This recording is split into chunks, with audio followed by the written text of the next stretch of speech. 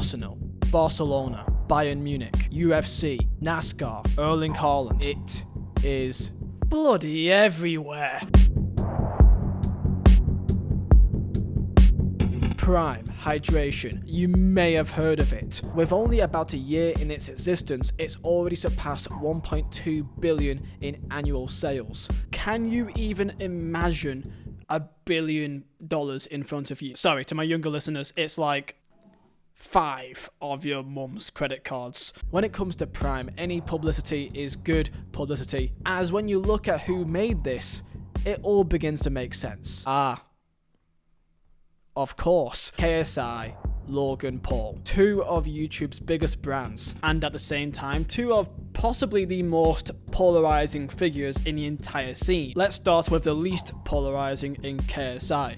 I can't believe I said that he's the least polarizing, but here we go. Loud, egotistical, but I mean, for the most part, he's relatively harmless. I'm a massive fan of him, but even I can agree that he is way into himself, but I guess that's part of the brand. He did start off being quite a controversial figure, or at least back in those days, it didn't seem so, but with hindsight, yes. I mean, the Heskey Time song, if you know, you know. Look it up. But look, in honesty, I started YouTube because of KSI and the Syndicate project back in 2010, so I'm always going to be wishing him well. And then there's Logan Paul, which we could do a 5-hour video essay on him alone, but most recently did scam pretty much his entire audience. And by the way, oh wait, he's still not paid them back 11 months later. I just thought I'd highlight that here. So I think my opinion on Logan Paul can be made quite obvious. However, I guess regardless of that, I guess you can agree on one thing, is that both Logan Paul and KSI are marketing machines and masters of it. Because of these two, a drink, hear me out, a drink became a sign of wealth. A drink came with clout. It's absolutely insanity. Think of it like back in 2015, 2016, that Yeezys was like a sign of wealth. Well, this time it's just a drink. Of course, controversy must follow for 2 reasons. Number 1, every single parent on this planet was driving themselves insane, saying to their son or daughter, "No, I am not spending £10 on a fucking drink." And number 2 is due to their products that could be quite damaging. Of course, this is a football channel, so I will be delving into how Prime has plagued into the football or sports world, but I will also go into some of the controversies too around it. Tell me your thoughts down below on Prime. Have you tried it? Do you like it? I will be honest, I've tried Prime I think 2 times, because I don't live in the UK. I live in a country that doesn't have it, so when I was in the UK, I was only able to have 2 cans from like Asda, like months after it was like really popular, so by this time it already died. And I had it, and I'll be honest with you, it was fine. Like it just tasted like an energy drink, but maybe the still version would be better. As what my father once said, Prime is temporary, water is forever. Drink water, lads. So yeah, tell me your thoughts down below on Prime, and like, subscribe, it means a lot. And Christmas is on the horizon, so my own design company, mazzoladesigns.co.uk, link at top link of the description for every single football print on the market, for every club, for every player. And if you don't see it, then you can order a custom one as well for any goal you want to think of. So link is down below, top of description, code Xmas for 15% off all items. And let's get into it. If you've got kids, chances are they're Prime mad. The energy drinks are flying off the shelves and are a collector's item. It's all slick marketing and sales tactics, a recipe for a buying frenzy. Tastes like a scientific experiment going on in my mouth. 45 calories. Prime Stick, 25. Liquid IV with 11 grams of sugar compared to Prime's 2 grams. Liquid IV has 870 milligrams of electrolytes, and the Prime Stick has 871 milligrams of electrolytes. The only thing this drink is doing to you is giving you fluid. Get a big bottle of water, put a little bit of cordial in it, pinch some salt into the top, and you'd probably have a better hydrating solution. Intra-workout, post-workout, and you wouldn't have to spend £1 billion a bottle. So, let's start by asking the all-important question. Is it good? I don't know, you answer that for me. As we are a football channel, let's go into the football side of it. I don't think people really understand how big Prime getting sponsorships with Arsenal, Bayern Munich and Barcelona is. Arsenal was the first major deal and sponsorship that Prime got, which really elevated it to a whole new level. It was already big beforehand. However, with Arsenal, it then became just stupid. And you may be asking, how much did Prime pay to get a sponsorship at Arsenal? Well, to be a drink sponsor, it's a relatively medium-sized sponsorship part of Arsenal, so it'd be in the realm of $5 to $10 million, which sounds like a lot of money, because it is. However, when you're making over $1 billion across a year, yeah, it seems like it's worthwhile. And when you have Arsenal, why not go across the world? And, of course, Barcelona came up next, which again is absolutely insane to have Barcelona, and shortly following is Bayern Munich. They're going all over the world. It got so ridiculous that it also delved into the UFC, being a main sponsor of the UFC, having the logos on the canvas during the events. And in the summer, they secured a deal with the likes of Erling Haaland, doing videos with him, and you'd imagine it'd be a lot more in the future. And I can't lie, I can already see a world where the likes of Cristiano Ronaldo will be working with Prime.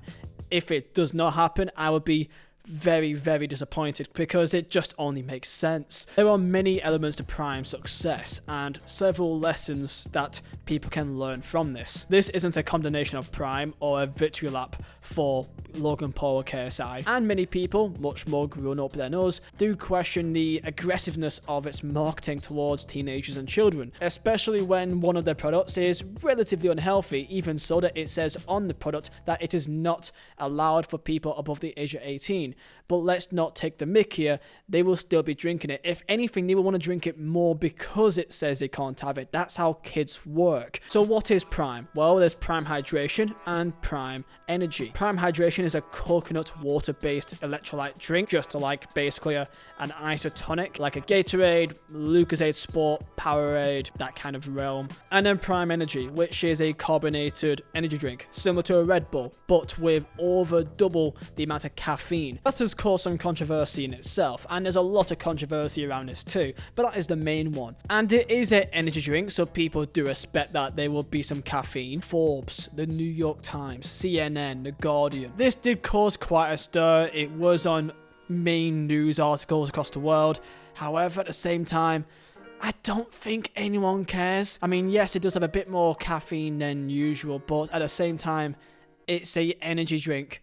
It's going to have caffeine in it. It's not exactly a, it's not a surprise. The main issue with Prime is with the poor parents across the entire world. Videos upon videos upon videos of kids going to Asda's, just splitting through the doors, threatening to knock people out just to have a drink. The streets absolutely packed full of people. I mean, it is truly remarkable. Hundreds, if not thousands of teenagers posting videos on TikTok and Twitter, showing videos of them trying to find Prime, as they made it quite hard to obtain Prime in the first place, as it was really only in US that it was out. So in the UK, which is of course KSI's main audience base, it was pretty much impossible to get. So what happens is a echo chamber where Logan Paul and KSI hypes their product, their followers talk about it online trying to find where to get it, which only makes more people notice the product in the first place. So when there's no supply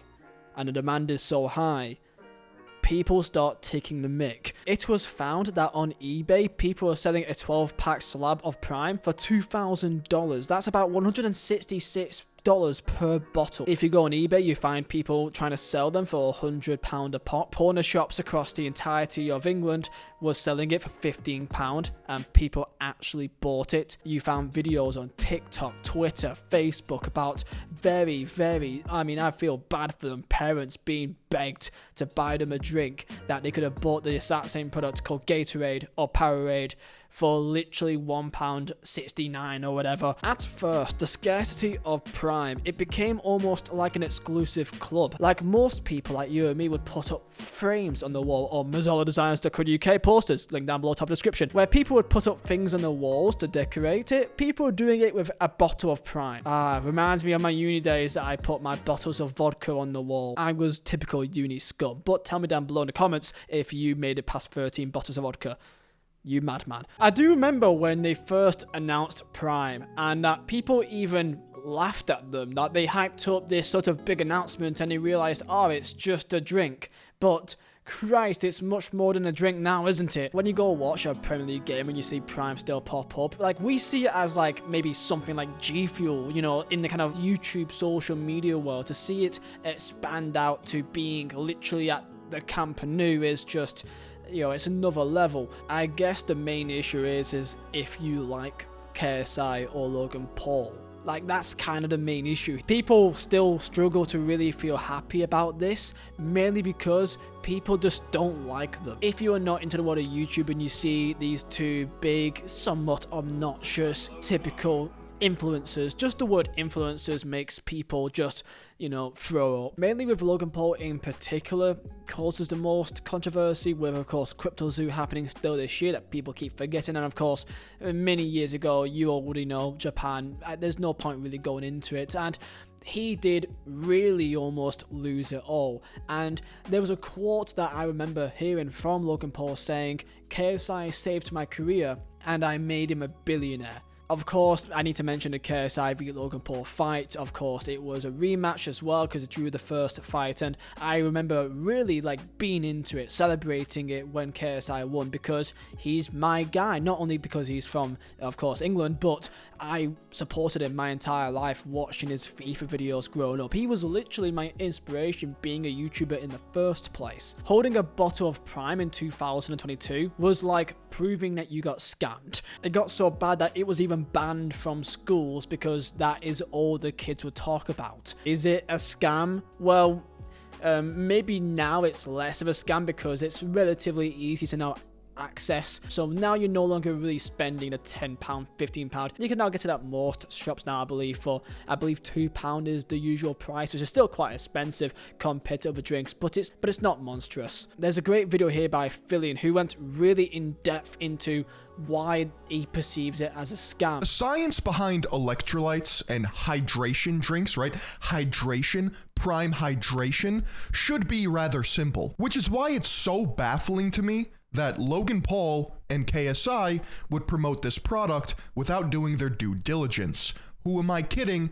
They're scammers at heart. Here's a fun fact of the day for you. The Blue Prime has 10 milligrams of sodium, which is absolutely laughable when we're talking about replacing sodium that we just lost or rehydration. When you're pushing a hydration product with little to no sodium in it, that is a scam. All right, we're going bottle for bottle. Blue Prime versus Blue Gatorade. These are all facts. Let's start with sugar. Gatorade has 36 grams of sugar in it as opposed to Prime's 2 grams. That is a lot of sugar compared to not a lot of sugar. Here's a brain buster for you. The reason why Prime only has 2 grams of sugar versus Gatorade's 36 is because Prime doesn't actually have sugar in it. It has sucralose, an artificial sweetener, which in my opinion is worse. Gatorade and other hydration beverages, you know, actual hydration beverages, have sugar, or at least should have sugar, because glucose facilitates the absorption of electrolytes. Gatorade has 140 calories. Look at that. Prime only has 25. Prime has 25 calories because there's nothing in it.